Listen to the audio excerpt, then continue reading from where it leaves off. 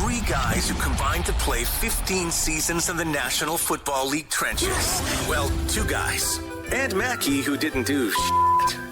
This is the O-Line Committee. Gotta ding our guy. Our guy's trying to figure out the Wi-Fi down in He's trying to figure out the right Wi-Fi down in Scottsdale. Like, this snuck up on him, right? It's like, oh, this 12:30 recording really snuck up on me. It's only been scheduled for a week and a half. But guy, I don't know what the Wi-Fi password is. He texted me. He's like trying to figure out the Wi-Fi password. I was like, you click settings, Wi-Fi, select the Wi-Fi, enter password, connect. That's about unless you don't know the password. And then I can just picture him like running around kicking doors. And like, who has the fucking Wi-Fi password? It's his first day in there, and they're like, who is this guy? Did he get the Wi-Fi password? Did he figure it out? Let's see here. Is he actually here? Hold on a second. All right, Hold let's on. Listen. I'm just gonna say that these two morons. Like, I don't know how to connect. The problem is when sensitive. Wow, so sensitive walking in here. When so sensitive. Am I gonna finish? When your Wi-Fi is with the hospital, you're not allowed to open Gmail. That's why I'm like, Bill, I need to open Gmail. He's like, connect to the Wi-Fi. I go, it's a hospital, Bill. You can't open it there. That's when he was like, oh shit. I was like, kind of a big deal, Bill. So I'm on my phone. Don't fucking mind me. Here we go. I wasn't working or anything, assholes. Technically, right now, who's getting fucking you're sensitive? kind of working for me right now. If we're gonna put that in the box, because my check pays yours. So technically, you work for me. You work for me. Listen, I'm in a kitchen, okay? I'm stuck in the middle of fucking nowhere. I'm doing my thing, man. Hey, by the way, I just want you to know, we had our first puker. Oh, wow. Day one? Brody, I told Day you. One? When I say we getting after it this year, the boys were like, okay, this shit got real. I go, I warned you for weeks. I went through all my text messages. I was like, remember this one? Remember that one? Dude, hey, not even kidding you. Walks over. I go, you don't look good. Oh, so projectile? He didn't make it to a trash can? Did he make it to a trash can? No, but I love him. I love him. Hey. Wait. This is like field turf? Who cleans that up? Yeah, we're outside. We're in grass fields. We're fine. That's better. That's how I knew it was grass wrong. is better. He walked over to the bush, and I go, the bush? Why is he by the bush? You have to name, dude. You need to put something on there. I'm hoping it wasn't my guy, but you need to put something on there that's like, this is so and so's bush now. Like, you just need to. This is whoever's bush. I'm so proud, dude. The boys worked so hard already. We just finished lunch. We were talking for a little bit, and then I totally lost track of time and was like, "Oh my god, we're about to be doing." Hey, I even left my watch. Hey, I left my watch on Minnesota time. Don't do that. So I could be on time for these. You're going to screw yourself up in so many different ways now. You're going to be like, wait, is it Central? Is it Mountain? How about two watches on the same wrist? One wrist is Mountain, one wrist is Central. Hold on, is that my right wrist or my left wrist? Oh, God, I forgot which one I'm doing. Shit. You need the big flat bands like old Justin Herbert there that are just flipping up and down as we go. Hold on a second. Hold on. Central time. Okay, Here's my Central time calendar, my Mountain time calendar. Okay. All right, I'm going to fix it because I'm on my phone. All right, you can also copy and paste the link and then just put it into a browser for next time. I'd have to get the link on my email, but I can't even get in. It says will not connect you. You don't connect the phone to the Wi-Fi. You copy that, and then you paste it into the browser of your iPad, and then you open it there. No. Next time. We're 4 minutes into this. We got to get into some actual football content here. Dude, we got to talk ball because what just happened. Well, hold on. We got to pay bills first, probably. Oh, yeah. Pay your bills. Yeah, we're going to pay a bill here because we are partnered with Menards while Booney tries to figure out his technical issues. We're here to help you with any car-related things because O-Line Committee and Menards are here. Your one-stop shop for everything for your car, Menards. And that includes Power Service Diesel Fuel Supplements. Football. That's right. Power up your diesel with Power Service Diesel Fuel Supplement and cetane boost. It prevents fuel gelling, cleans and lubricates your system, and adds cetane for better combustion and more power. Football. Protect your investment and keep rolling in any weather with Power Service. So head to Menards, stock up on Power Service Diesel Fuel Supplement and cetane boost because performance matters on the road and beyond. Football. All right, who wants the first mic? I guess out of process of elimination here, since Booney decided to I think he's trying to figure it out. Yeah. Let's talk about what's going to happen here in Week 18 with the Toilet Bowl. The Toilet Bowl division winners that are going to get flexed to Sunday Night Football because all they're getting is congratulations, you get one more check and you get one more extra week of practice, Pittsburgh Steelers or Baltimore Ravens or Tampa Bay Buccaneers and Panthers. Great job, everyone, for getting 1 week of participation trophy going in because neither one of those teams look competent enough to win a playoff game right now. It's the best of the worst, and it's just one of those things where as you're watching it, you're like, I guess congrats, you made the playoffs, but neither one of those teams scream contender to me at all after none of the week. four. So none of the four. So we got the NFC South on the line between Carolina and Tampa now.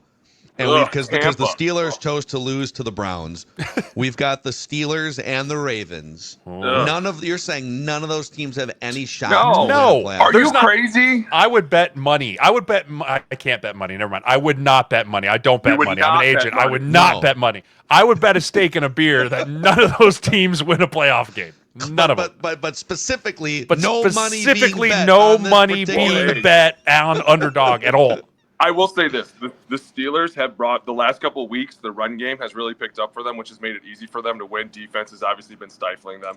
This last game was like, it's funny because before the game, Johnny was like, Dad, Browns playing the Steelers. I was like, dude, don't sleep on the Browns-Steelers games. Like, Browns hate the Steelers. Steelers are in a no-win situation, right? They win. Everyone's like, oh, it's the Browns. They lose. And it's like, did they just lose to the Browns? And it's like, they just shut down. And they became the old Steelers again. But for me, it's the Ravens, dude. Like, what the hell is going on with them right now? And this whole, like, their quarterback's hurt, but now people are calling him out. And it's like, what's going on? It's like they're calling out dysfunction that they don't truly see. But what do? And this is what I love. They're smart. They run the ball. They're like, yo, we got one of the biggest backs behind us. Why are we going to make a guy named Snoop do it all, right? Snoop-a-loop. The industrial kitchen behind you is killing me right now. I'm sorry. You've got an industrial oven behind you. You don't want to know where I am. I'm in the kitchen. I have to make it where I adapt and I adjust. I should get a refund. Sorry. Fuck a fine. I need a refund. You know about the refund system. It happens very rarely. There is a refund system. But yeah, I agree. I mean, Snoop goes out there and it's all of a sudden they were like, oh yeah, we cannot load management Derrick Henry.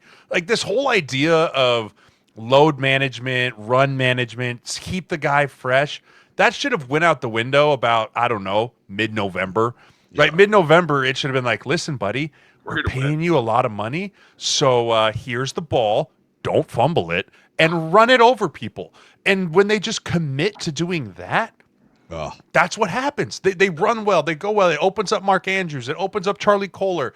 Like, it allows for one-on-ones with D-Hops and Zay Flower. It just, that Ravens offense, you watched it and you go, Where was this all year? Where's this been? And then the question then becomes, is Lamar forcing too much? Are they trying to make Lamar do too much when you can just have someone simple come in and execute this? Is that the issue? What's going on? So that game it was like, yeah, you won. Congrats. You put yourself in contention. That game for me had more questions about the Ravens than if they would have lost. To that point, I'm going to give you guys a trivia question here. So they've played football for 4 months there in Baltimore. And Derrick Henry has played in 16 games, 16 starts for Derrick Henry. Can you tell me let me ask you this first, not even a trivia question. If you're going to have Derrick Henry on that football field for 16 games, how many of those 16 games would you like to give him the ball 20 times? 16. All 16. 16. That's what we paid you to do. You are a freight train. I need you. What does he do? He helps linebackers suck up on play action, right? He creates so much separation for guys like Zay Flowers and all those guys on the outside. He sends DBs to the shadow realm. I mean, dude, did you see what he did to that DB this week? That dude came up and was like, it was the funniest fucking thing I've ever seen. It's like, dude, even at 40, he's still yoking dudes. Like, why are we not? But hey, I give the credit to a lot of the OC of being like, hey, we're not going to make Snoop go out here and do it all. Well, do you know the answer? What's the answer? Probably six. Under 10 for sure. I wonder what the records are in that game, Mac. Hey, are they 6-0? They are not. They lost. Well, hold on a second. So They lost to the Steelers 22-27 in a game where he got 25 carries. They lost to Baltimore. Where's the game that I'm thinking of? What was the game? Was it the 20th? It was New England. The New England game where they blew a double-digit lead late, like a week and a half ago, and they gave him the ball 18 times for $128, 2 touchdowns, and then said, "Oh, we're good." Fourth With quarter, 12 minutes left in the fourth. We talked about it. No more. Load management. We talked Load about management. it on our show. It was like, what, the last 8 minutes of the game, we didn't see Derrick Henry at all, and it was like, what are we doing? This last week was like hey, he's still here. We can still do this. And I'm not going to say that they don't win a playoff game because, dude, if you can get that guy running for 225 yards and 4 touchdowns. Who are they beating? Who are they going to go? Who are they going to go on the road? Are the Bills going to be there? Because they'll probably beat the shit out of them. No, the Bills also have to go on the road. The Bills also are going to have to go on the road. Well, but the winner of these games does not have to go on the road. They get a home playoff game because they win their division, even though they have crappy records. So here it is. They're going to play the Bills. We don't know yet because the wild card teams in the AFC all have 11-5 records going in. So like the Texans, Chargers, and Bills, they could be reshuffled. So it's going to be one of those. Whoever wins this division, Steelers and Ravens, Sunday Night Football. Here's a guy. Whoever wins that division is going to host either the Bills, the Chargers, or the Texans. All three of those teams beat the Steelers. All three of those teams beat the Steelers. No, we're saying Ravens. The Ravens, excuse me. All three of those teams beat the Ravens or the Steelers. I'll plant the flag right now. All three of those teams go into either Baltimore or they go into Pittsburgh and they win. You're telling me that Buffalo, who can't stop a run game as much as they can stop a runny nose, is going to go stop a freight train? Jay, you're crazy. And if they play, that is a Manny's bet. No bullshit. And I mean it. You're taking me to Manny's. All right. Actually, can we eat in that kitchen? Can we just put Can you throw some steaks on the industrial oven behind you? You want me to turn on the fryer? I can get it going, guys. Okay. No. Jesus. Some tots. Yeah, anybody? tots. All right. Let's go. Some wings. Stop it. Little app sampler. Dude, the best part about the Browns do the deed, right? They get they knock the Steelers off, and the Ravens put out a tweet like, "Shut up, Browns!" And the Browns retweeted like, "We didn't basically shut the F up. We didn't do it for you. We didn't do it for you." Hey, no, the best was stole our franchise. George Pickens said, "If the Browns win, I'll delete my account." And then the Browns were like, "Do it then." And then he deleted it. And I was like, "Dude, good for you." Also, I mean, life without DK Metcalf is a problem for the Steelers. I mean, when Valdez-Scantling is your number one receiver, and then your 307-pound tight end breaks his forearm. Not good news for those dudes. You're up. Yeah, Here we go. Adam, dust you off, buddy. Here you go. This is your shot, buddy. So the other thing too, before we can get to the other do or die game. Let's get the other barn burner. But I feel like with this Steelers-Ravens game coming up here, there's a lot of futures up in the air. And I'm not saying we agree with this, but like there's a lot of Mike Tomlin, John Harbaugh hot seat steam in both those markets. So the losing team, like the winning team, all right, you got to the playoffs, whatever, you probably stick around, right? So there could be like a head coach job on the line here. Aaron Rodgers is a free agent. If they tumble out and lose their last couple, I mean, who knows what his future is, even if they win the game. And then he's posturing. He's posturing for Minnesota. He's posturing for the Vikings. I'm not advocating for that, but there is a chance it happens. That's a lying fine. But then, what's the fine? Like, is there a fine where you can make up a lying fine? I don't know. I think that's what that is right sensitive. there. But instigator. Okay. Lamar Jackson. You guys kind of alluded to this, but this report came out between the last time we recorded a podcast from the Baltimore Sun, a columnist and a guy who covers the Ravens. And he reported that Lamar Jackson, according to team sources, has fallen asleep in team meetings, and John Harbaugh has become tired of the two-time NFL MVP. Harbaugh responded in a press conference by saying he doesn't give any credence to anonymous sources. He's never seen that type of behavior from Jackson. I love Lamar Jackson.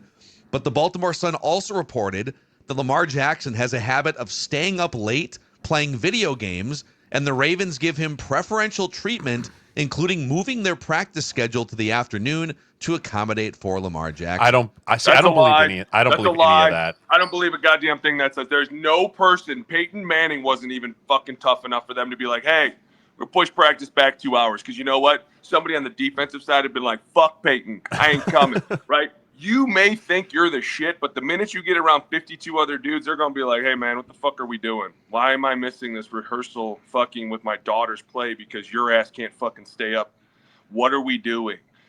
I don't fucking believe that for a minute. Do I think that maybe there's a little bit of strain on the relationship of like, hey, we should be kicking ass right now. We've been together for a long time and we're still barely stringing it together, right? And it's exactly what we've said forever. Eventually the message gets cold. Eventually it's like, hey man, I'm pushing this rock with you again and nothing's changing. It's like you said, Mackey, we have one of the biggest fucking running backs in the backfield, yet we've only given him the ball 20 times. 6 times. Derek, we love you. We're paying you so much money so that someday you can get bionic knees and feet and be happy, man. But you're going to fucking hurt like the rest of us, right? Like, there's a time where maybe it's a little bit of John. There's a time where it's maybe a little bit of Lamar. And eventually it's two alphas looking at each other going, I'm getting tired of this shit, right? Like, nothing's changing. Yeah, the staleness, I think, goes both ways. Yes. Right? Like, for John Harbaugh, how many times can he look at Lamar and be like, Do it. What are we doing? Like, I'm paying you ridiculous amounts. We negotiated this contract for you, and we made all these things, and we went all in on you. So I understand the preferential treatment thing. Quarterbacks always get a little bit of the preferential treatment when you're the franchise guy. Fair. I don't think that they're like, oh, he stays up too late, we should move practice. Like, that's not a real thing. But like whether 100% or 5% of this is true, someone from the this is my question to you guys. Like someone from the inside of that operation. That reporter is not just like making shit up. There's always a mole. There's always a mole somewhere. You just got to find them. Who is saying these things and why are they saying them? Mackey, if you can Probably determine Snoop who's saying it, listen, if you can find out who's talking about the team, they'll pay you $1 million. They don't even know.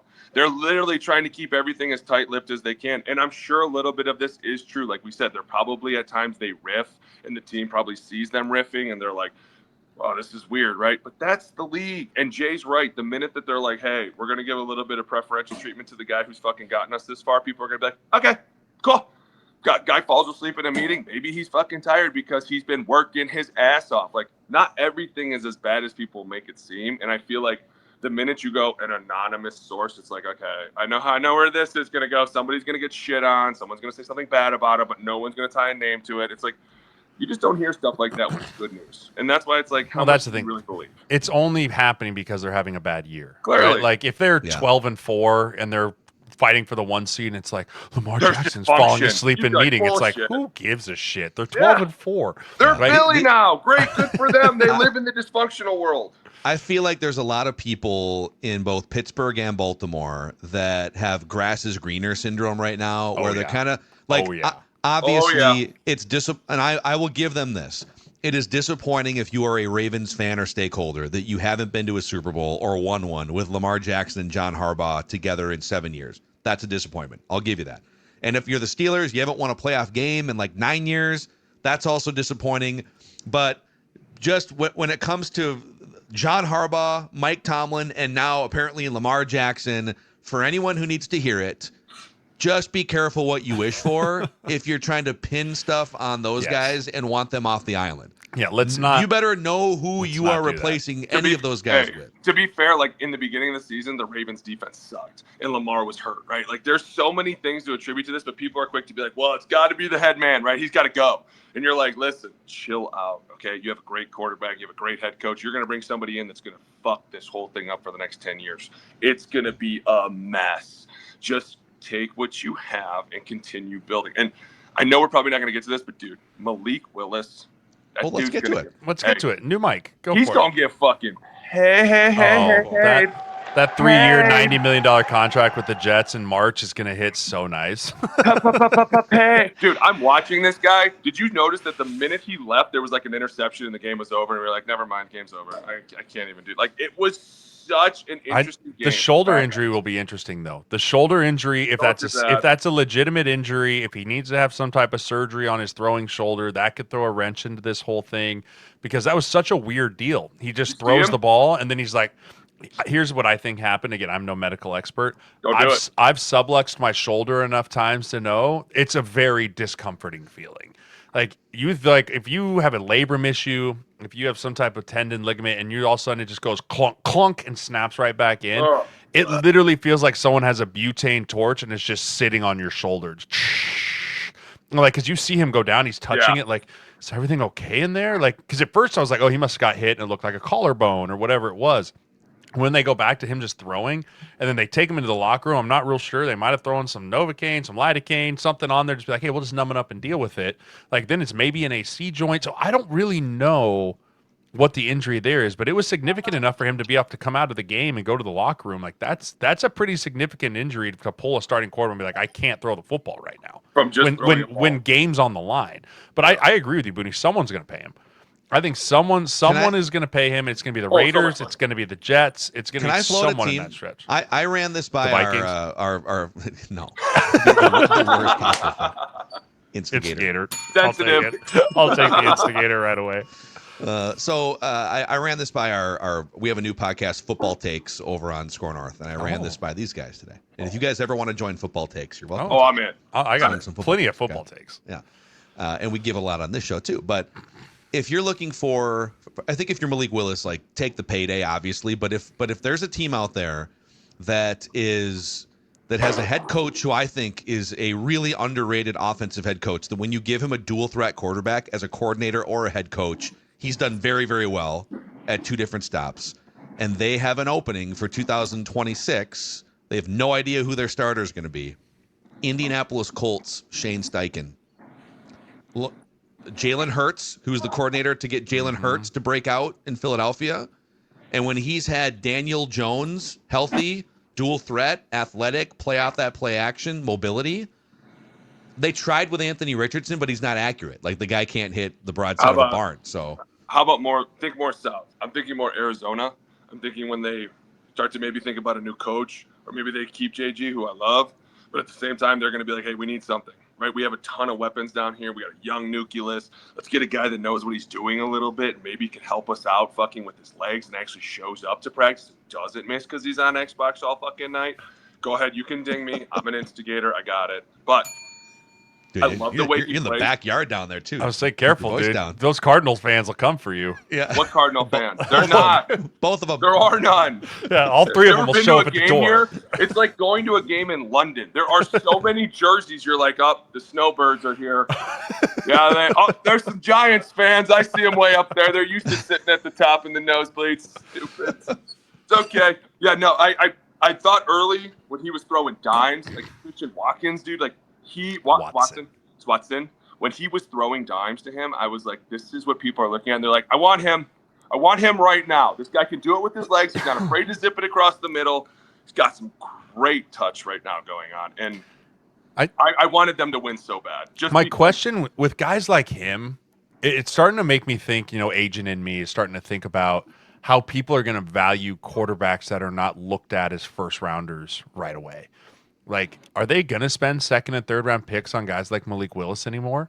Or is it going to be like, listen, are we just getting a guy that we're going to develop for 4 years and let him play and then let him walk?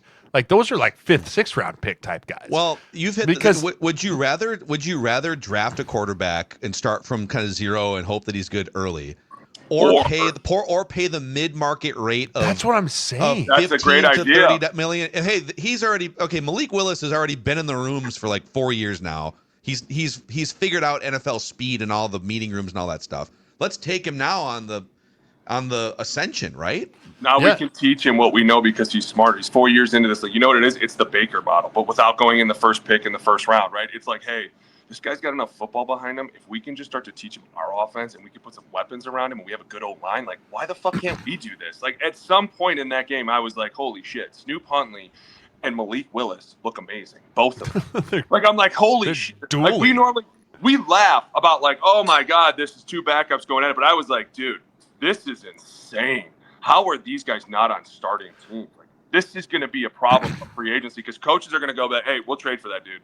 We will trade for him. We don't give a shit. There are not enough good quarterbacks in this league for them. And you think the Colts, but I think that they're just going to lock up Daniel Jones. I think they're going to be like, hey, Daniel, you're with us. You're going to be out a little bit of an extended time. I agree. But at some point, I think they're going to do, they were winning with him. Are they really going to be like, hey, thanks for that great record. We're just going to kick you down the road now? Depends what the number is. I don't think it's high. I don't think it's high in anyone's book. I think. But here's the thing: is there a team out there that's quarterback desperate that is going to be high? Not off an injury like that. No. Kirk, I think, Cousins. Dude, that's why no one will do it. Hey, we laugh, but everyone's looking at that going, God, I feel bad for the Falcons. They really fucked this up, right? They're paying this dude a ton of money. They could still win the division. Kirk. No, they can't. I'm kidding. They're mathematically. I'm kidding. I'm joking. Kirk Cousins ruined it. Hey, think about this. It's pretty close, actually. They're like, Kirk Cousins got a ton of people paid, right? Because of his contracts were amazing and they're all fully guaranteed. So he started this whole revolution, but he's also the reason a lot of dudes ain't going to get paid because they're going to be like, yeah, remember he was over there on a tennis court showing us how badass he was? They're like, don't believe a damn thing. Nothing. I just think the romanticization of the quarterback position is in the draft is going to actually push dudes down. Right, the idea of, hey, can we get a guy like Malik Willis in the 5th or the 4th and really have no pressure of having to start him because everyone's going to look at him and go, oh, he's a 3rd, 4th, 5th rounder, not a 3rd rounder like they had to do. And then it's like, well, he didn't work out year 1, so I guess we got to go get Will Levis in the 1st or 2nd round next year. Like, there's just this, I think there's going to be this shift in the quarterback perspective where unless this dude is the number 1 or number 2 quarterback and you have a full thing, like he can come in, start everything you need, those dudes are going to fall down draft boards. And I think more teams are going to be looking at drafting developmental quarterbacks in 5th, 6th, 7th rounds to come in and teach and learn and grow. And then in year 3 or 4, say, hey, can they develop now? And what do they turn into now? And now they're trade them, to push them off, do something else. I don't know. It's just this weird market right now where it's like if you're either the top quarterback, you're going to go early. But if you're not, I feel like you're going to fall to day 3. I feel like the era of 2nd and 3rd round quarterbacks, in my opinion, are probably falling a little bit. You say that until you just said it. A quarterback desperate team is up there, and they're like, fuck it. We'll take him in the 2nd or 3rd. Like, we can say that sounds great until you're in the moment. And you're like, do you think Seattle's going to go for this dude if they have the chance right now? Like, that's what it'll always come down to. And someone being afraid that someone's going to take another pick of theirs that will make them jump earlier. But I agree with you. I think that it helps their situation when they get drafted later because they don't expect a ton of them, right? They're not like, hey, you need to be here right away. It's like, hey, why don't you just go sit down and shut up for a little bit, right? Enjoy the money. It's every position, man. This is what the NFL is. The more time you get in it to develop, the better you're going to be. Duh. Like, it's not rocket science. It's like, oh, you mean Malik Willis learned for 3 years and got to listen to Matt LaFleur and watch Jordan Love and be there and understand what this works and how this goes. And then when he finally got back out there, he was better prepared to play than he was a rookie? You don't say. The problem is the NFL, the idea of patience and development and all that stuff just seems to be gone now. And a lot of it starts from the ownership with the coaches, because if a coach is going, I might have 2 years before I get fired, I can't worry about developing this player. I got to push him out there. I got to get him to play. I got to go. And it's a double-edged sword. It either works, or if it doesn't, you're still getting fired. So patience needs to come back into the NFL. I don't know if it ever will, because you're seeing more and more players that develop and grow and get better are actually producing in years 3 and 4. I mean, I think Darnell Wright's a great example of this. Top 10 pick at right tackle for the Chicago Bears. Struggles early, not on a great team, getting better. And now it's like, dude, this dude could be an all-pro. Like, it just takes time. It just takes time with these guys to develop when they speed up, because college is so dumbed down and it's so not a professional league anymore. And you got guys bouncing from program to program, learning offenses. It's not the same as if a guy might need 2 or 3 years to truly be a contributor, not just survive out on the football field on Sundays. To be fair, though, I think a lot of coaches get put in situations where guys get hurt. Yeah. Often. And it's like, look at this year. Everybody's hurt again. And you're like, okay, buddy, hey, the first 3 guys went down. I need you. Like, I know you're not ready. The Lions are a great example of that. Dude, look at the Jets right now. They're barely hanging on by a shoestring. And it's like, hey, development went out the window. We need to fucking do something. And I don't even think they're being competitive anymore at this point. It's out of control. Boys, Jay brought up the Bears real quick. New mic. I'm just gonna mic the Bears 49ers game in general, and we can dive in. What a freaking banger! The game starts out with a Bears pick 6, and then the Niners come back, and they just go back and forth, back and forth. And once again, the Bears, who've done it, I think 6 times this year, a comeback win from inside 2 minutes. And there they are again, down inside the red zone, and Caleb Williams is keeping that play alive. When he was going backwards, I was like, this guy will not be stopped. He was literally backpedaling like Joe Montana. I was like, God, he is just trying to do whatever he can to get out of it. Before we go on anymore, Yeah. you cannot tell me that Brandon Ayuk has not bucked up so bad. Like, you have officially messed this whole thing up. Imagine what they would be like if he was back on that team right now. Like, What is he like, dude? He got paid. Like, what is? He just has an issue with the organization, I guess. How? What do you I'm have an still issue confused. about? I'm not real sure what's going on there. You're in like first place in the NFC, and he's like, I don't like my place on this team. Dude, you're lucky to be on the goddamn team. What are you bitching about? So annoying. But dude, It's wild, man. Kyle Shanahan, sneaky as fuck again, sneaks his way in there. Dude, the way the offense is moving and humming, and dude, they were doing it without Trent. Like when he went down, I was like, oh boy, this could get ugly, right? Dude, they don't miss a beat. They're still doing what they do, and that motion with Juszczyk where he starts off the ball and he just goes full sprint. I've added it to my offense. It's amazing. It is. And then did you see later in the game, they did it, but they did a reverse motion with it, so they completely flipped the script, and the defense all bought it, and it was a rollout the other way, and I was like, dude, this is why Shanny will always be one of the greatest.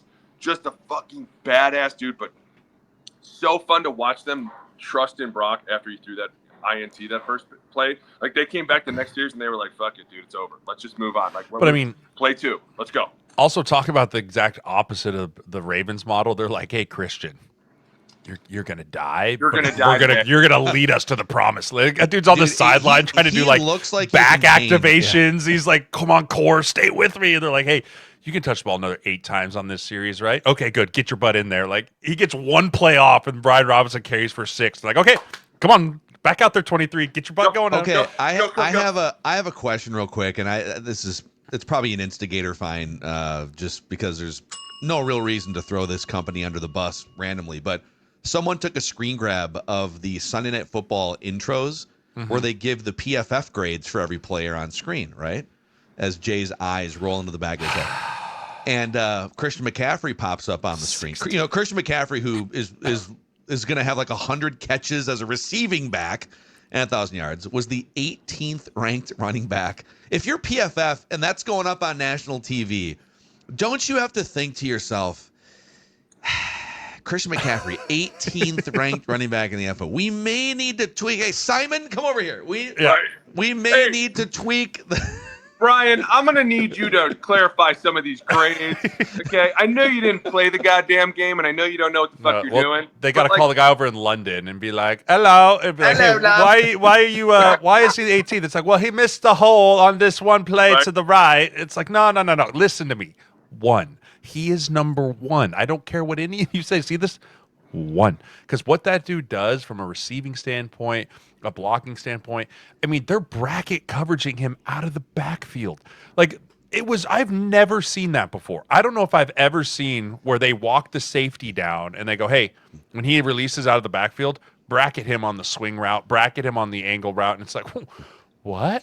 Yeah. Like, so that would be my question is like, okay, if a player drastically alters the defense's attention and scheme and doesn't necessarily have a positive grade on the action of the play, well, if he altered the way that the defense played in a way that you then had somebody else open, like, I don't know, and maybe they do account for that. I have no idea how the sausage is made, but that was fascinating. Just national TV, 18th ranked running back in the NFL. Here he is, Christian McCaffrey. Yeah, put it on his gold bust. He's a Hall of Famer, but 16th, 2025. This year, he's not playing very well. The top 15 in Pro Football Focus. Listen, I know the year that he's going to get 1,000 receiving, 1,000 rushing, and be the only second player to ever really do that. Oh, twice. Oh, the first player to ever do it twice in his career. 16th overall. That's why PFF is a joke, and I'll never not die on that. I will say this: watching that Niners game, I can't believe what that team would look like with its full complement of players right now. The way that Shanny has got that team together, if you say, oh, yeah, Kittle's healthy, Ayuk's healthy, don't forget about Fred Warner and Nick Bosa, right? Those dudes come back healthy. That team is as much of a juggernaut right now. I'll tell you this, I cannot wait to watch those two meet the Rams and the Niners meet in the playoffs again, I can't wait. The whole West right now, I mean, minus Arizona, the 3 teams in the West right now that are playing, all 3 of those teams I would not argue against if you said that team wins the Super Bowl, Seattle, Rams, or Niners. I don't have a great argument against either one of them with the way that they're playing right now. The only thing is the Sam Darnold thing may be questionable. But other than that, I mean, both of the defenses are playing great. Seattle's defense out of its mind. Stafford's team, and all 3 of those teams I think legitimately could host the Lombardi in 6 weeks. What we need is we need the Rams on one side of the bracket. We need the Niners on the other because we need them to meet in the NFC Championship, and we need them to just fight to the death. And I agree with you. I think that the Niners and the Rams are both right here, and the Niners are doing it without some of their key pieces. The problem for me with Seattle is exactly what you said, Sam Darnold. And at times he turns into a pumpkin, and you're like, dude, this defense can't rely on this forever, right? And at times the run game's not doing it. Yeah, they're doing 40 rushes a game, but it's only going for about 80 yards. And you're like, listen, got to be more productive at times. And they're a young team, which is exciting because you're like, hey, the next couple of years for this team could be explosive, right? They got a new O-line up front. They're getting pieces on the outside. You've got Sam Darnold in the backfield now. Like, just give it a couple years. But, dude, the Niners and the Rams are a little bit ahead of them in the, like, we will fuck you up department. Yeah, right now, it's so Niners and Seahawks are going to play for the 1 seed this weekend. And then it's kind of like last year when the Lions and Vikings played for the 1 seed. And sorry, loser, you have a ridiculous on the road. and you're going on the road in the first round. It sucks. So that same thing is going to happen here with whoever loses this game. But right now the Seahawks have the best record, and so if the playoffs started tomorrow, they would have the 1 seed, and your first round NFC matchups would look like this. Strap in, boys. Like, this would be just a banger weekend of football. You'd have Packers at Bears in the wild card round. You would have Rams at Eagles playoff rematch in Philadelphia again. We'll get to that. And then you'd have the Niners walking into Carolina. It'd be the McCaffrey legacy game. Yeah. So there's a good chance that actually the 3 road teams would be favored. Maybe it depends on who starts a quarterback. Yeah, for for the Packers, sure they would definitely be favored on that. But yeah, I mean I don't know. We'll get to Philly in a minute and Carolina and those guys, but for the most part, dude, the Rams and the Niners are going to be meeting somewhere at the end of this, and it's going to come down to who makes the least amount of mistakes, who fumbles the ball once, who turns it over once, who goes for it on 4th down and doesn't get it once. It's going to be a mental error that's going to cost the game because both teams are flying super fucking high right now. And dude, credit the Bears too. Don't sleep on the Bears, bro, man. They're fucking tough. They are. Their offense. Tough. Their offense is tough. They're kicking now. Ben Johnson is going to win Coach of the Year. Like, you talk about the transformation that he's made. Listen, you have to. We dog cussed them last year. Mike Vrabel just entered the chat. Liam Cohen's not far behind. I understand that, but I'm saying from what the Bears were, like, we were looking at them like, dude, seriously, you cannot even call yourself professional team. We got it with the Patriots. That was fucking Gerard Mayo. He's 35 years old, okay? There is only one Sean McVay. You're not going to find another one. You cannot hire a guy that's younger than your safeties. That's just not possible. What Ben Johnson has done in Chicago, has he passed for over 4,000 yards? He's close. Oh, that's good. Let's check close. in on that. Hold on a second. If he has done something that they haven't done. Drama. That's the real Week 18 What's drama. crazy, though, is he's going to be able to do that with, like, one of the worst completion percentages in the league. Like, if you can even dial him in a little bit more. How close is he, Phil? Good luck. Are they playing for any seeding at all? Because is he going to play, I guess, is my question. I don't. So they're locked in, man. They won the division. Ben's a hardcore coach. He's not going to sit the starters. I think they so are too. playing for the 2nd or the 3rd seed is up between the Eagles and the Bears. I think Ben's going to just empty the clip and be like, who do you think we are? We have done nothing. Right? We have done nothing. We have been the boot mat for the NFC. Like, if we're going to win, we're going to grind. Now, he's not going to throw, like, Roma Dunze out there and be like, hey, come back this week. He's like, no, you come back for the playoffs. Yeah. But I think for the most part, he's like, listen, we grind, we work, we've worked for everything. Why would we stop now? I think that's just the mentality, and I think that's why that team is winning games and being what they are. Caleb Williams needs 270 passing yards to be the first quarterback in Bears history to reach 4,000 in a single season. Taking a beer right now. Who says he's going to get it? Depends if he plays. I mean, who are they playing? The Lions? They're playing the Lions. Oh, yeah, he's getting it. Have you seen that secondary? Dude, they're down to like their 12th, dude. No, you could see Dan Campbell. We'll get to them in a minute because, my God, who'd you lose to? Max Brosmer? Oh, my God, dude. I'll get to them in a minute. But seriously, the Bears, if he can throw for over 4,000 yards, he wins Coach of the Year for sure. You got to give it to him. You have to.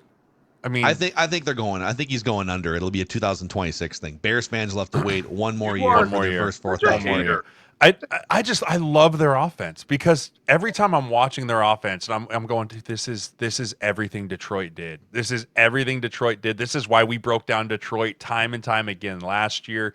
It's the same recipe.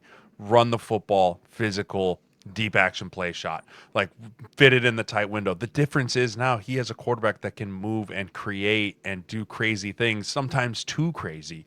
But that one ball where he takes the hard count, slides to his right, and then throws an absolute bullet 45 yards. Pistol? I mean, that thing was just a bullet straight, not up in the air, not putting the air on it, just zip it in there. That's the kind of stuff where you look at, okay, I can put up with your 58 completion percentage, I guess, for now. But if we can get that up to, imagine if you get that up to 70 or 65. Like, if you can get him to a 65, 70% completion rate for Caleb Williams, I don't know who beats that team. I honestly don't know if they can bolster up some stuff on the defense because that offense is going to continue humming with the young guy. I mean, Colston Loveland, too, is going to turn in. And that was his first drop last night. That's crazy. As a rookie, that was his first drop all year. So you get Loveland, Komet, Adunze. DJ Moore probably isn't long for this world there anymore, but that's okay. Luther Burton's here, too, and he had a career night. So the weapons, again, are crazy for them. Ben Johnson's got everything cooking in the right direction. Joe Thuney, hey, congrats to Joe Thuney again, winning another division, another Pro Bowl, another playoff appearance, dude. I don't know if there's a better resume for an offensive lineman in the NFL. I really don't. He's never not won the division. Is that no Joe Thuney? He was with three different teams. Patriots, Chiefs, and now with the Bears. He has never not won a division. Wow. And we all thought that Tom Brady and Patrick Mahomes and Caleb Williams were the straw that stirs those drinks. It's Joe Thuney, Jonah Jackson, Drew Dahlman, right? You get Drew Dahlman, Pro Bowl, Joe Thuney, Pro Bowl. So you immediately, the first thing you did in free agency, again, this goes back to the Ben Johnson DNA of what he did with Dan Campbell. We build from the inside out. Hey, Caleb Williams got sacked too many times last year. All right, well, we're going to put two guys right in front of him. We're going to draft a left tackle in the second round, and we're going to have two Pro Bowlers instantly on the front part of this offensive line. Yeah. It's not a secret. It's not a secret why Caleb's had a better year. He's been better protected. That's just the way it goes. And then you can run the football with Swift and Monunga. I love the Bears offense. Like, I'm enamored with it. Monunga? I'm enamored with it. So, yeah, I mean, I think those are the three candidates for Coach of the Year. Probably Ben Johnson, Liam Cohen, and Mike Vrabel. I think those are probably the three candidates right now. And I think all three of them are deserving. All three of those dudes of what they've done, how they've come in. I mean, all of them taking franchises that picked in the top 10 last year. Right, I think all three of them picked in the top 10, and now all three of them are going to the playoffs.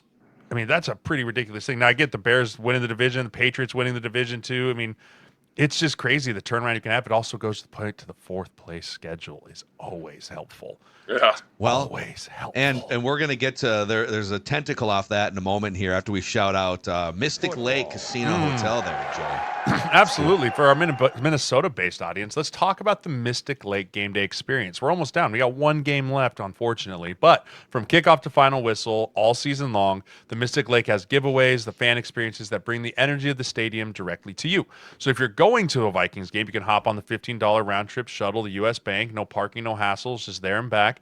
Or just stick around at Mystic Lake for game day at the Hop House. They have specials that are flown on food, on booze, the whole bit. Fantastic specials there. And then when the game's over, you take the shuttle back, or you're just kicking up, relaxing, trying to have a few pops to the Hop House there to recharge. Stay in one of the luxurious hotel suites. It's perfect for tuning into a great game day, into an unforgettable getaway. So whether you're a diehard fan, you just love the thrill of the game, they've got something for everyone. At Mystic Lake, every day is game day. So whether it's the thrill, the food, or the fun, it's your time to play. Visit mysticlake.com.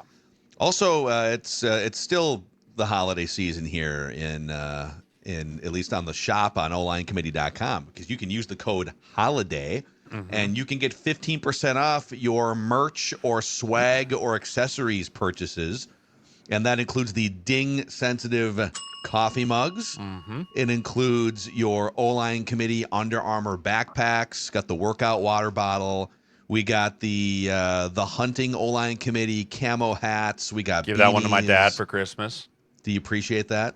You Oh, like yeah. it? My family Okay, went good. all in on the O-line committee merch. It was great. They had the pictures. They got the bell. They're dinging each other now. It's fantastic. It's hey, we're changing the way people are just gonna go about their day just dinging people now, as they should. OlineCommittee.com for all the merch and 15% off your entire order when you use the code HOLIDAY. So, well, I don't know if is I'm back. Booney's within earshot. There he is. Okay. I'm here. So, Listen, by the way, all the rookies got fined this morning. All of them? Mm-hmm. For what? Stupid fucking rookies. Hey, you need to get a whiteboard and put it up in the gym. I am. We are. Yep.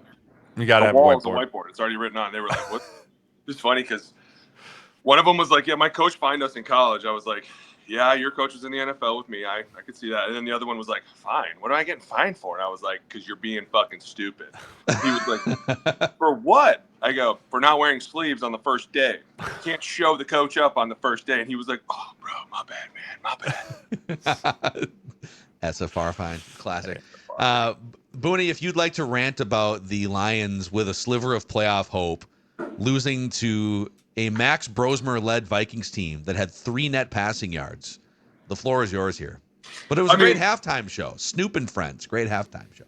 I mean, you could just see on Dan Campbell's face, he was just, what have we become, right? And I know that their defense has been pillaged with injuries. I get it. But, like, offensively, Jared Goff getting fucking crushed. And at one point, we were like, God, these guys are, like, the greatest thing on turf, right? And it's always kind of been the defense as their Achilles heel. But this last game versus the Vikings, you could just tell the Vikings wanted it more. And that's where I think it hurt the most. Was I think Dan kind of saw it, too. Like, after the first quarter, they just kept handing it to him. He was just, you could tell. Like, Jay, you and I have been in the room with coaches when they have that look on their face where they're very stoic. They're starting to get redder. And you're like, this is going to explode. He's going to lose it. And, dude, the Vikings went out and did exactly what we've always said a good team will do. We will fucking ruin your season. That is our job. We are out. Guess who's coming with us to Vegas, motherfucker? You are. Here we go. Dude, it was crazy. Because at one point I was like, are we the Vikings winning right now against the Lions team that's trying to fight to keep themselves in the playoff hunt? And 2 years ago, we were like, these guys are going to win the damn Super Bowl. And here they are again, going back to their roots. And it's like, man, have they pushed the rock up the hill too much? I have a take on this, and I don't know. I don't think Dan Campbell's a good play caller. I don't. I don't think he's a good play caller. And I have a reason for this. Hear me out. How many times this year have we seen cover 0 get home against the Detroit Lions? Oh, yeah. Over and over and over again. And week in and week out, they have not had an answer. And that, for me, does not fall on Jared Goff or Hank Fraley or that offensive line. You have to, throughout the week, prepare for cover 0. Because you can't just in the middle of the game be like, oh, hey, here's our cover 0 check.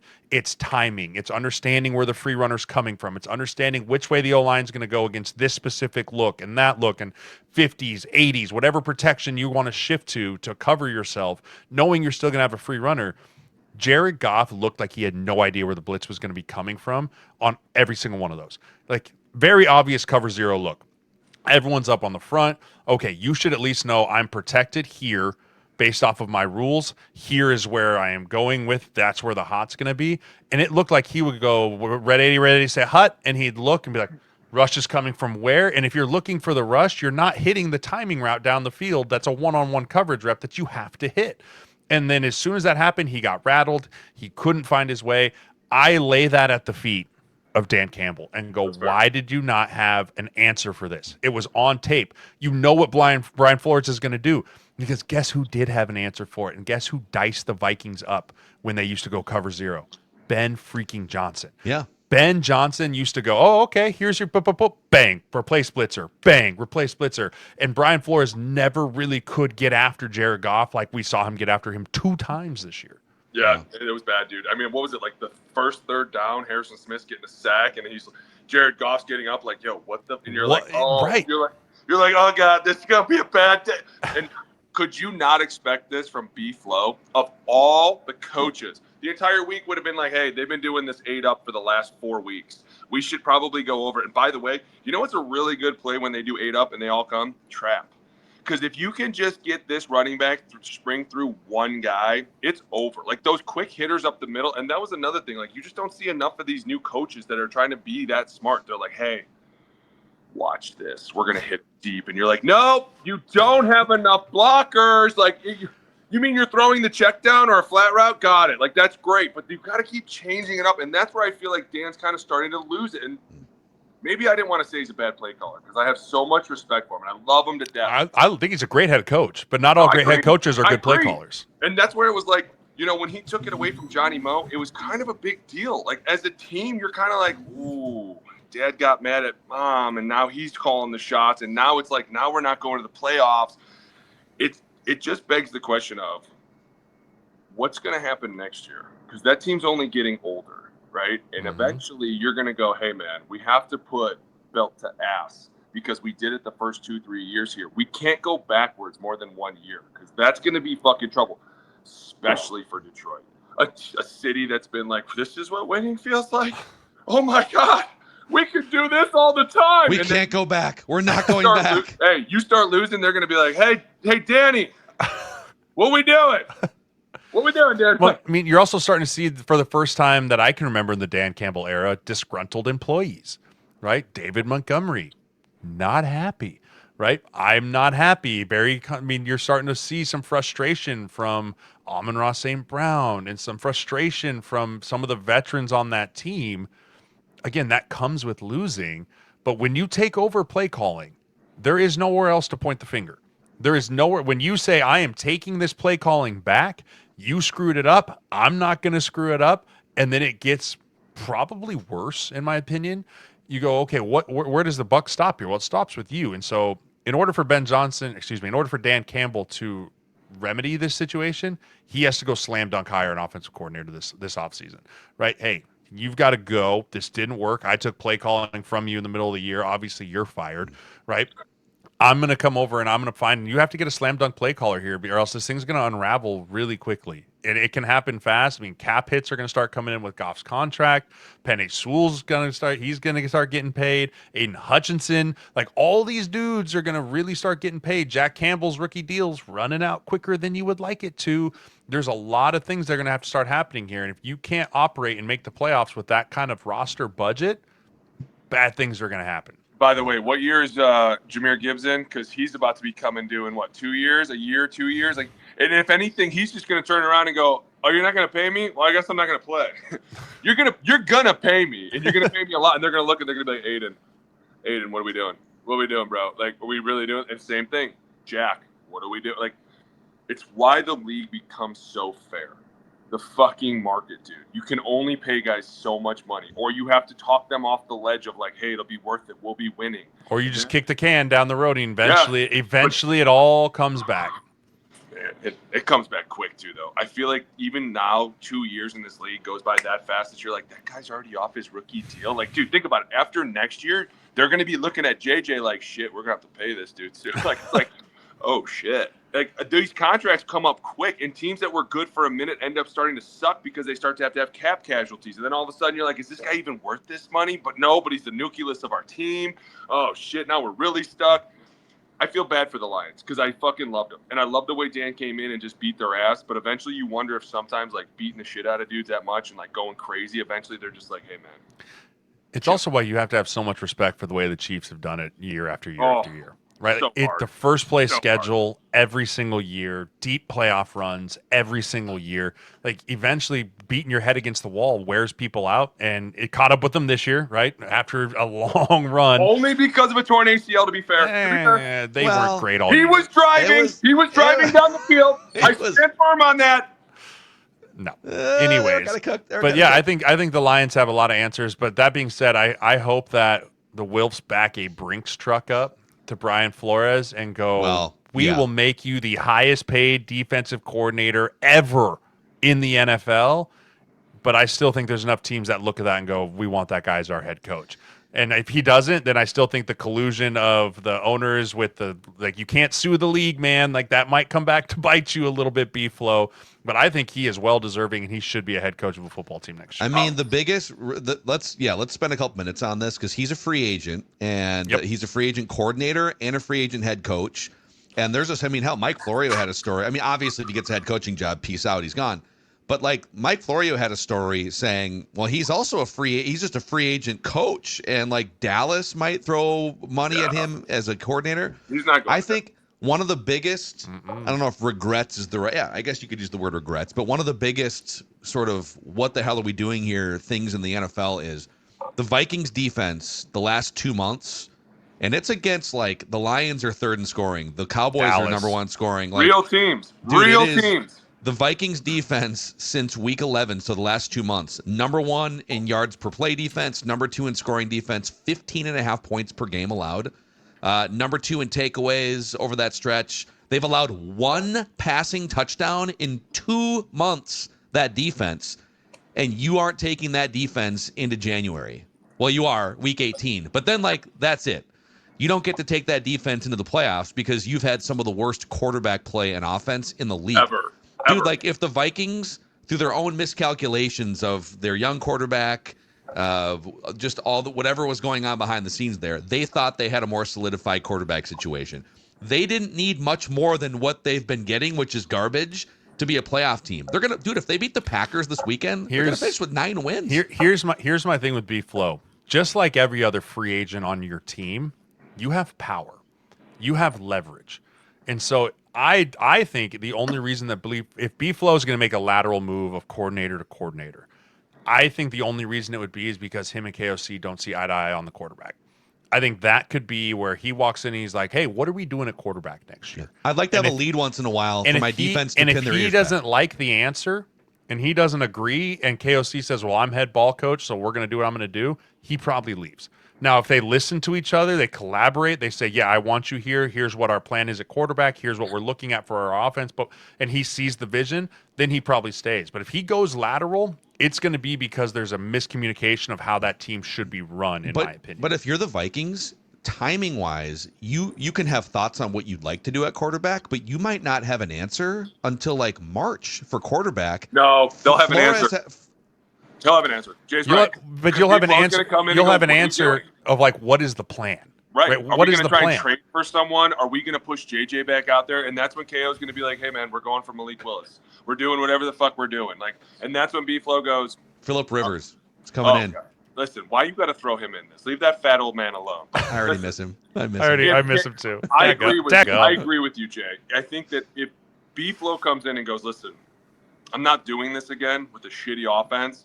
Show me the blueprint. What are we planning on doing? And if he's like, hey, man, we're going to go crazy with this. We're going to trade for another guy and get him to work. I think he stays. But you're right. If he doesn't like it, he's going to be like, Dallas, how much you going to give me? A couple million? Fuck it. I'm out. Like, I'm gone there. Their offense is kicking. How they keep George Pickens and CD will be interesting. But at the same time, if they had a defensive coordinator, that team would be fucking scary. Yeah. It's going to be, man, it's going to be, for the Vikings and the Lions, I feel like it's going to be kind of wild the next few months figuring out. I think Jay's right, though. I think the Will's back the Brinks truck up, and they're like, hey, man, whatever it takes to keep you here, let us know. And we don't want to let you go. Let's do another mic or two. New mic. Let's do it. Let's do the fat old man, dude. Let's do it right now because, goddamn, he was yelling. Did you see him yelling at that ref like he was at a barbecue? Who touched my goddamn folding chair? I swear to God, I'm okay. It's third down. It's third down. It's third down, Galmet. Dude, if he has to turn more sideways to throw a football anymore, my God, dude, you're going to blow your goddamn back out. What's wrong with you, old man? Dude, the best was when he started getting after that D lineman that was like hugging him a little too long. And I was like, Phil, that dude will snap you. Like you always were like mouthy, but I used to watch you bench press hundreds, man. I did. He used to dumbbell bench hundreds. Like, oh, Phil's put together. No mas, Phil, no mas. But you gotta love that the guy still has it. Oh yeah. Here's the thing, I miss, and I can't think of a quarterback that does it anymore as well. His at the scrimmage, line of scrimmage command is amazing.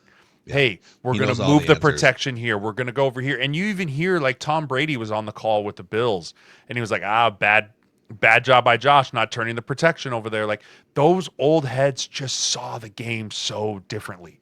They saw everything, every minute detail, that linebacker's a half yard offset, that safety's supposed to be on the hash and he's over in the other yard. That's a tell. And his command of going, hey, boom, boom, boom. And it did get him into trouble there at the end because they ran the same check they ran earlier, and that's what got to the pick six. But that's the difference of a guy that has a full year of like, hey, this code word's going to mean 3 different things as we go because we can install it, versus I've been here for 2 weeks. I can only give you one code word to run the route that I want you to run. But I love the way that he commanded the line of scrimmage after only being there for like 2 or 3 weeks. You hear like, hey, Tiger Lincoln, Mickey Phil, like all those checks, by the way, are from 2014. Like, I'm not kidding you. I heard him get up there and say it, and I was like, oh my God, this is power to the right. And then they ran it. I was like, oh my gosh, it is the same offense from 2014. And he was able to command it, moving mic points, getting everyone gone. Tanner Bortolini goes out, back up center, and they're still moving stuff around. As much as it pained me to, like, for him to lose, obviously it didn't go well. I loved watching Phillip Rivers command an offense one more time. Dude, there's no question. I have all the respect in the world for that dude to come out of retirement and do what he did, to stand out there and still be as competitive as he was. I thought it was fucking awesome. Honestly, I think that people are giving the Colts a ton of shit because they're like, how could you pull this dude out of retirement? But you just said it, Jay. Nobody has the gusto that guy has to get up there and be like, hey, you guys brought me in because you want to try and go to the playoffs. Now, we might not do shit in the playoffs, but my job is to get us there. And I thought he did a great job. Problem is, dude, he's 45. He can barely throw the ball at times, and you're like, okay, this is going to get a little crazy, a little dicey. But, dude, some of those balls, like that one to Downs on the sideline, dude, he's still got that. The accuracy is still there. The problem was it neutralized a guy like Alec Pierce. Alec Pierce no longer became a viable option for the Indianapolis Colts because what's his game? The deep ball. That dude's one of the better contested catch deep ball threats. And even then, Alec Pierce has 2 yards of separation, and Phillip gives her hell. Everything he had.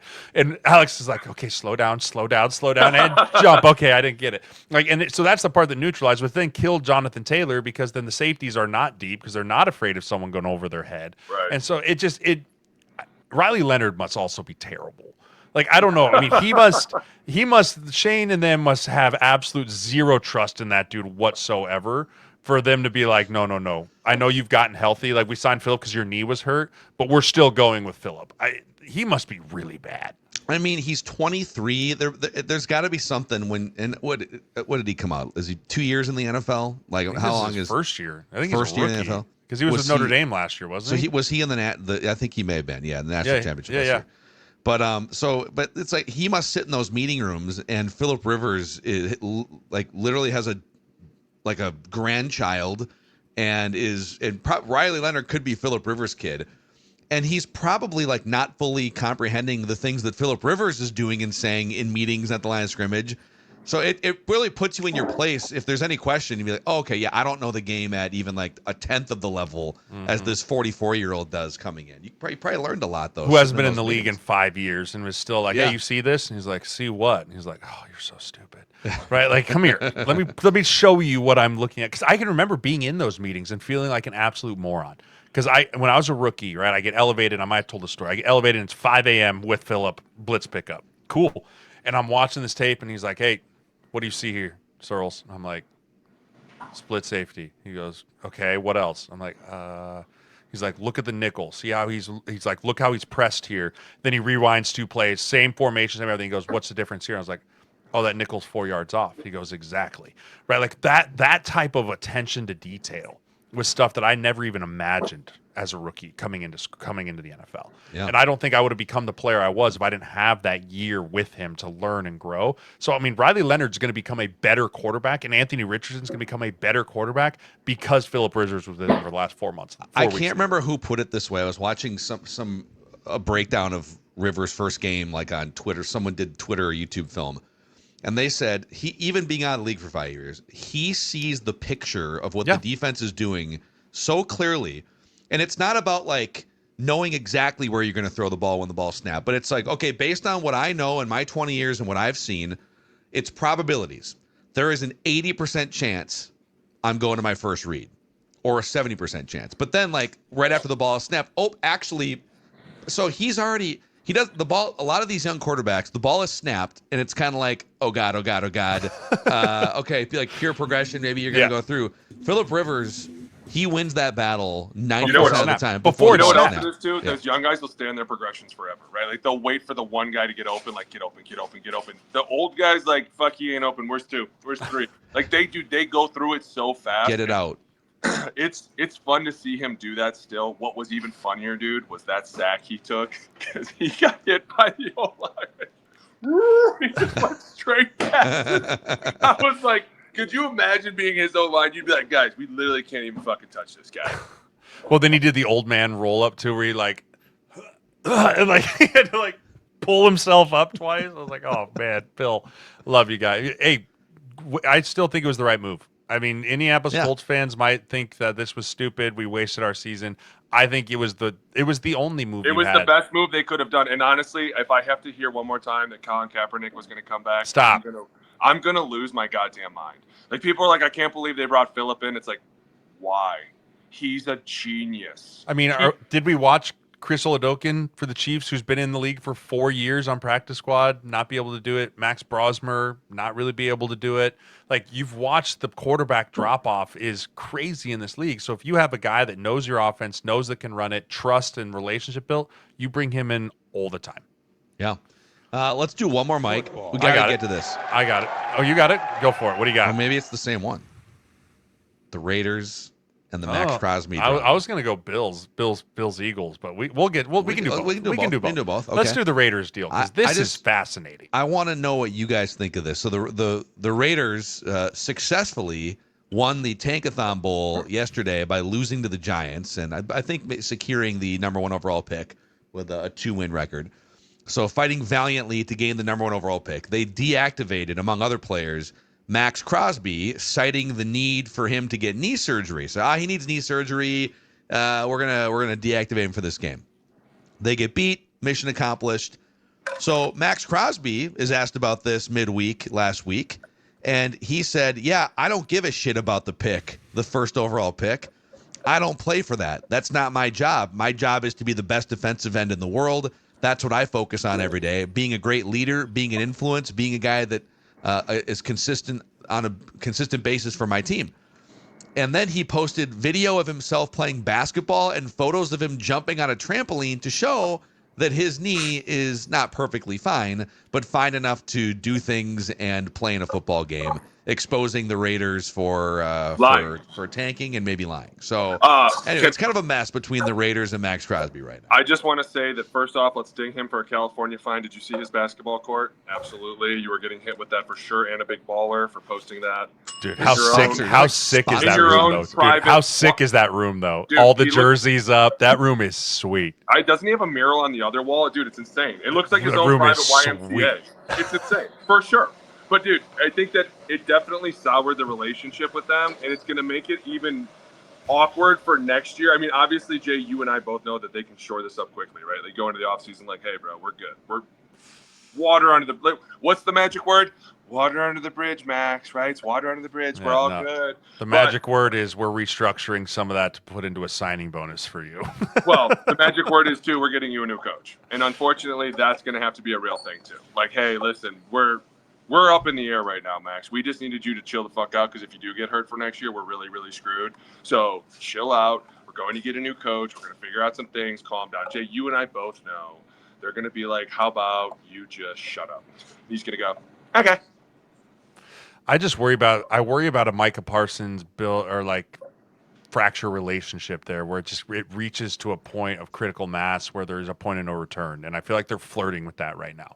Like, they are flirting with your superstar, who you don't have a quarterback superstar. You don't have anyone on the offense besides a guy who's in his 2nd year as a quote unquote superstar on offense. Maxx Crosby is the face of the Raiders. He is. He is the one player.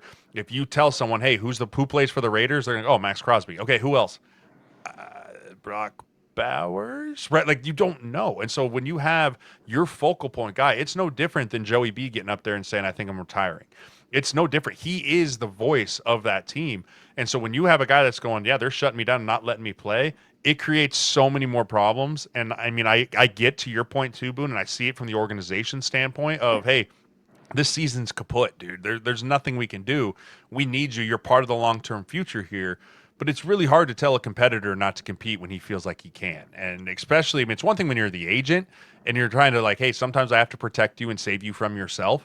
It's a whole different ball of wax when you're like, you're paying me to go sack the quarterback. Why am I not going and sacking the quarterback? Why are you not allowing me to go do my job? I see it from both sides of the fence. Yeah. Yeah, it's, man, the Pete Carroll thing, I love the hire when it happened, but it has turned into just one of the most disastrous seasons in ever. Even like for a bad franchise. ago. It is. It's not been good. So. And we love Pete. Pete's a great dude, but man, it's been rough. Yeah. Okay, Jay, hit us with the Bills, Mike. Hey, I got to roll. So I got to roll into some things. Hey. Stay late or start late, leave early. I didn't know you were last in, first out kind of guy, but that's fine.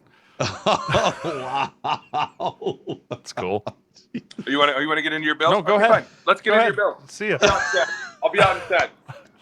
10. Give me 10 minutes. I'll be there. No. Come on. Let's get into your ass clown fucking Bills who can't even beat the Philadelphia Eagles who can't complete a pass. So sensitive. There's the sensitivity. Uh-huh. There's the sensitivity. So my mic is that whole game. Who are we more concerned about going into the playoffs, the Eagles or the Bills? Who do we? Eagles. Dude, they can't complete a pass. That's the second time they've won a game without completing a pass in the second half. That ain't going to fly in the playoff. I'm more worried. I'll take Josh Allen. Josh Allen is doing dumb Josh Allen things again. I know. He's that's doing the part the that's dumb scaring shit. me. Remember 4 years ago when he was young and we were like, you're just never going to win like this. You're just never going to win when you hold the ball like a loaf of bread and someone smacks it out of your hands. How about when you go to throw it, but then you pull it down and it goes over here? How about when you take a 30-yard sack? It's like, Josh, you're fucking smarter than this. You know better than this. What are you doing?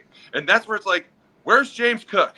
Somebody find me James goddamn Cook to give him 55 carries so we can be like, Josh, just go settle the fuck down, okay? Go in the corner and shut up. Like, they're scaring me. They're scaring me a lot. They scare me more than Philly because Philly's proven that they can win in the dysfunction and win it fucking all. This is not new to them. For me, it's like, if Josh isn't playing well, the team fucking sucks. And he's starting to have games where you're like, hey, man, you're reverting back to that rookie and second-year bullshit where I don't trust you anymore. And your OC keeps – he fumbles the ball. They look at Joe Brady, and he's literally like, what the fuck is he doing?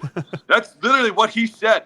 Let me tell you what they also said downstairs. They probably went off on his ass. Like, dude, you carry the hopes and dreams of this team. And, yes, you've carried this team far, but we haven't won shit yet. And because we need more of you to be smart. But they also need James Cook. He's a big part of that team. And when they run the ball effectively, it takes a load off of Josh where it doesn't seem like he has to do so much. And you're like, okay, this can work. And man, they were inches away several times of making shit happen. And that's how this game is, especially when you're playing a team like Philly, who's like, we're going to make you fucking earn it. I'm telling you right now, I didn't see the Eagles winning that at all. That's why I picked the Bills. And the fact that they won it and the fact that the Bills went for fucking 2. Well, I mean, your kicker missed the extra point. Your kicker missed the first extra point. I thought it got blocked. So here's my problem. Here's my problem with this. You just lost a game when you could have tied it and went into overtime. You don't go for. I mean, I think there's more and more teams that if the things are going around, it wasn't like the day was great, Jay. I go for the win there every time. I might disagree. I go for the win there. I mean, Josh missed a wide open throw. Great play call. Everything was there. That's a throw Josh has to make 10 times out of 10. But he cannot miss that. Exactly. But the play call was there. I still think that was the right call. I don't think putting the kicker back out there. The day was going. You don't go, we're killing it. Well, that's right. The way the day was going, you're one mistake away on defense from not trusting your offense to be able to go down and score. When you have the ball, they've been burned by this too many times. They think back to Kansas City, think back to all the times in overtime that they've just been not having to be able to do it. You have the ball in the reigning MVP's quarterback hands to go win the game at home. You do that 10 times out of 10 times. I'm sorry, I will never agree that you should have played for overtime in that moment. If you're the underdog and you're trying to pull off the upset and all that, like, yeah, sure, maybe go for overtime and hope for another day. When you're the MVP, you don't take the ball out of that dude's hands. You don't. And that's why you pay him. You don't take the ball out of Josh Allen's hands in that moment. I'd rather just not miss a kick to begin with than but that's why I hate kickers. Did it get blocked or did he miss it? It got blocked. It got blocked. If you get an extra point block, dude, that's on the kicker. I'm sorry. Unless it's like an absolute free runner, it's on the operation or the kicker launched it too low. Dude, I don't tell 6'9" guy went like this, blocked it. How many 6'9" guys do that every single time? Kick it over his head, man. I'm saying, what's to the next field goal? I go, let's go for 2 because I'm afraid he's going to block it. How about, hey, we haven't had a great fucking day. Let's just get a point on the board so we can figure out what we're going to do next. How about that? It's not like Josh is over here wowing me all goddamn day that I'm like, man, 400 yards passing, put it in his hands. Not a chance, bro. And the game, the conditions, everything about it was like kick the ball. Oh, that looked miserable. Oh, it looked amazing. I was like, God, Dude, no. sign me up. I don't mind playing in cold, but wet cold, like not snow, rain cold, I'm out on that. Where I I'm thrive. so out on that. Oh, I thrive because I know everybody hates it. And I'm like, oh, yeah, I'm going to smack all of you in the bottom of the pile. All right, now we can let Booney go. Now we can Yeah, let Boone go. seriously. Yeah. Should we talk about Yeah, the sorry, stupid we're Bills? all out of time for all those Cardinals fans out there to talk Bengals Cardinals. Maybe we'll do an hour deep dive into it tomorrow. Oh, I got a nice hot take tomorrow on the Pro Bowl, so don't you worry. Oh, let's go. Sensitive. Let's party. Yep, don't worry. I'll be coming Hot Take Tuesday tomorrow. We're leading with the Pro Bowl voting. That's a sham. Oh, Hey. let's go. Hey, whoa. Nope. Whoa. You can fight me tomorrow. All right. That's Shout what it out. is on Shout out today's my online guy. committee. Booney, remote location. For Jay, I'm Kitchen. Phil. We're cooking. See you guys.